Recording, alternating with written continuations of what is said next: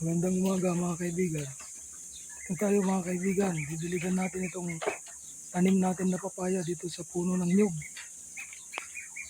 Yan mga kaibigan.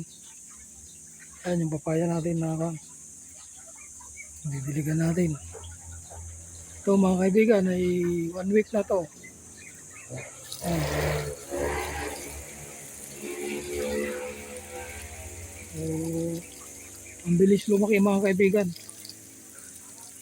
Maganda yung puno pala ng nyug na pagtaniman ng papaya.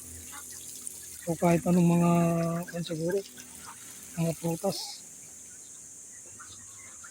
Ano, ganda ng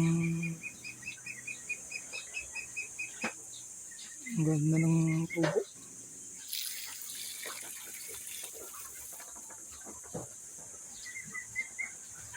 Yan kaibigan, no? Yung puno na niya ng nyug, binutas na ng mga bibi. Ayan, mga bibi niya. Mga bibi natin mga kaibigan. Ayan, binutas na nila yung puno ng nyug. Siguro naghanap ng mga uod. Ayan, binutas na nila. Ayan mga kaibigan, yung